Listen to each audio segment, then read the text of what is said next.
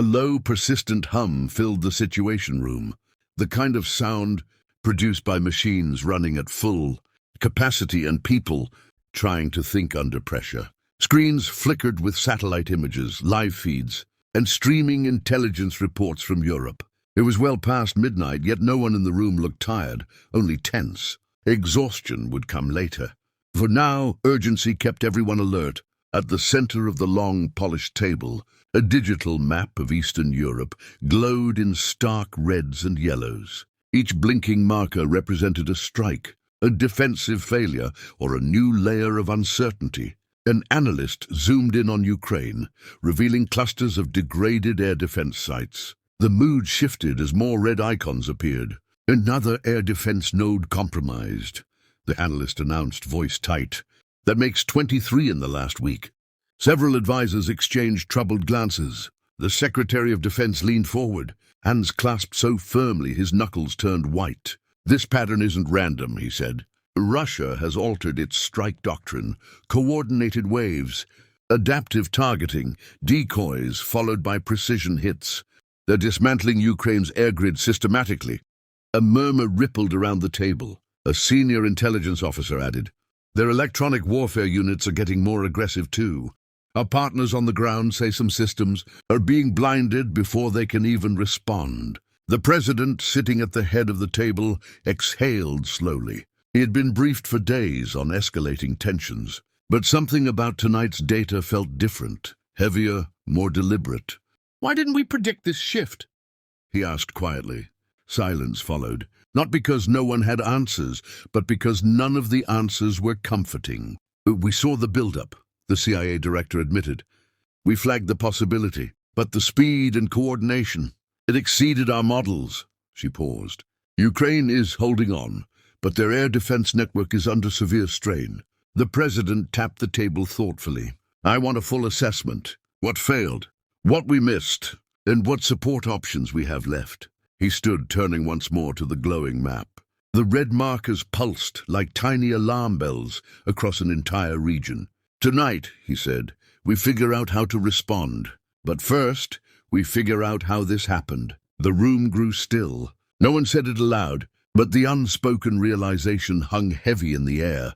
Whatever came next, the world had entered a new phase of the conflict. Night fell over Kyiv like a heavy curtain, dimming the last traces of twilight and replacing them with the pulsing orange glow that had become unsettlingly familiar. Air raid sirens wailed across the city, long, rising notes that echoed through alleyways, apartment blocks, and the silent, empty streets where civilians had already learned to scatter at the first sound. Lieutenant Andriy Melnik crouched beside a mobile air defense unit concealed beneath a camouflage net. The ground beneath him vibrated subtly from distant impacts, thuds that rolled like muted thunder across the fields outside the city. He wiped the fog from his tablet screen, studying the radar signatures flickering across it. The display was a chaotic dance of dots, lines, and fast-moving blips. "They're probing again," he muttered, zooming in on a cluster of fast-approaching contacts. Same pattern as yesterday, but faster. Captain Olena Hritsenko approached, pulling her heavy jacket tighter against the cold. A hardened commander, yet her expression betrayed the strain of too many sleepless nights. "What do we have?" she asked. "Mixed swarm," Andriy replied. "Decoys leading the formation. But behind them," he pointed at a trio of sharper signatures weaving through the false targets. "Those are real. Cruise missiles. Low altitude." Olena nodded, jaw tightening. "They're testing us, learning our patterns faster than we can change them. Keep the radar emissions minimal. We give them one shot or we lose the unit." Andriy swallowed hard. Air defense crews were stretched thin across the country, forced to relocate constantly to evade Russian counterstrikes. Their equipment, though modernized with international support, was still being pushed to its limits. The lights flickered momentarily as a nearby generator struggled. An explosion rumbled in the distance, another hit somewhere near the outskirts. The ground shook under their boots. Olena didn't flinch. "We hold," she said firmly. "We adapt. We've done it for 2 years. We'll do it again tonight."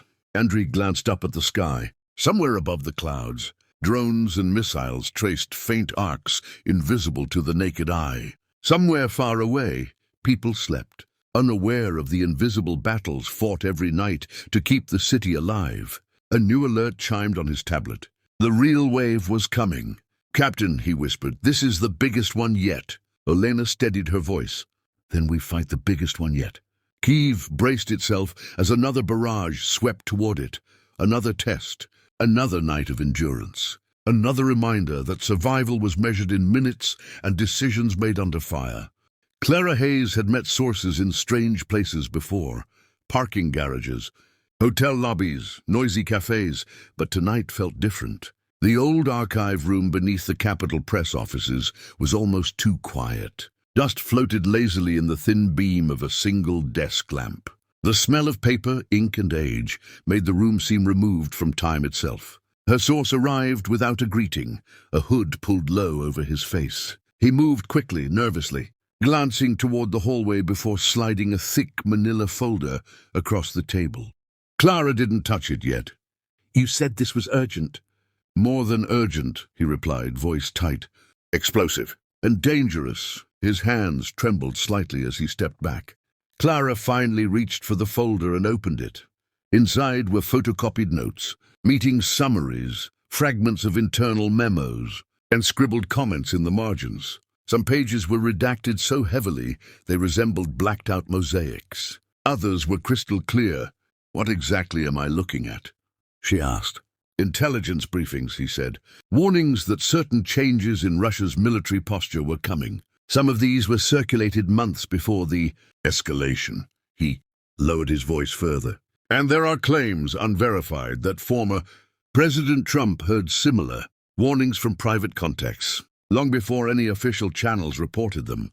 Clara scanned one page, then another, dates, signatures, partial transcripts. Nothing definitive, but each piece hinted at something larger, an undercurrent of knowledge, silence, or perhaps misinterpretation.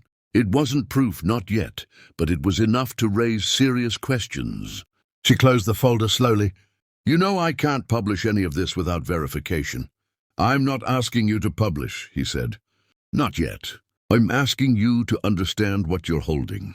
If even half of this is real, it could reshape everything we think we know about the lead-up to this conflict."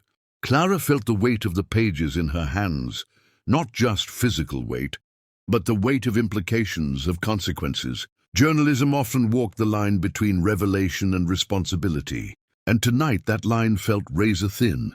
She looked up at her source. "Why bring this to me?" "Because you're careful," he said. "And because someone needs to follow the threads before they disappear." He turned to leave. "Be cautious, Clara. Not everyone wants these questions asked." When he vanished into the shadows of the hallway, Clara remained alone with the folder glowing under the desk lamp. Pages waiting to be deciphered, secrets waiting to be tested, and a truth that felt buried beneath layers of uncertainty. Clara Hayes sat at her desk long after the rest of the newsroom had emptied, the soft hum of fluorescent lights her only company. The folder from her source lay open before her, its contents spread out like fragments of a puzzle with no clear edges. She had spent hours cross-referencing dates, searching archive statements, and comparing the memos with known timelines. Nothing was conclusive, but nothing was dismissible either. Her editor, Marcus Reed, strode into the room carrying 2 coffees. He set one beside her with a sigh. "You look like someone who's trying to rewrite history with a highlighter." Clara managed a weak smile. "I'm trying to figure out what's real and what's deliberately misleading." Marcus pulled up a chair. He had the calm, grounded demeanor of someone who had witnessed political storms before and knew how quickly rumors could harden into dangerous narratives. "Walk me through it again," he said. She handed him a few pages. "These documents suggest that certain officials knew more about Russia's strategy shift than was publicly acknowledged. And then there are claims that Trump had private foreknowledge from unofficial channels. But none of this is verified. Not a single piece is airtight." Marcus flipped through the pages silently. "This," he said at last, "is the kind of thing that can set off alarm bells across half of Washington. If we print it without proof, we're not journalists. We're arsonists." Clara nodded. She knew he was right. The world was already on edge. Ukraine was under relentless pressure. Washington was scrambling to respond, and any hint of political scandal could ignite a firestorm. "So what do we do?" she asked. "We dig," Marcus replied. "Quietly, thoroughly. We pull at threads until one of them gives. But no headlines. Not yet." Clara exhaled, relieved and overwhelmed all at once. The responsibility of truth weighed heavily, especially when truth was tangled with fear, secrecy, and the fog of international conflict. Across the ocean, dawn began creeping over a battered Kyiv. Soldiers prepared for another day under the threat of missiles. Technicians scrambled to repair power grids, and families clung to whatever normalcy they could find. Each sunrise brought both hope and dread. In Washington, intelligence teams drafted reports through the night, trying to reconcile contradictions, sort signals from noise, and piece together the motivations behind the escalating strikes. And in her dimly lit office, Clara gathered the papers, slid them back into the folder and locked it in her drawer. The story wasn't ready, not yet. But the truth, whatever it was, remained out there, somewhere in the crossfire of politics, war and secrecy.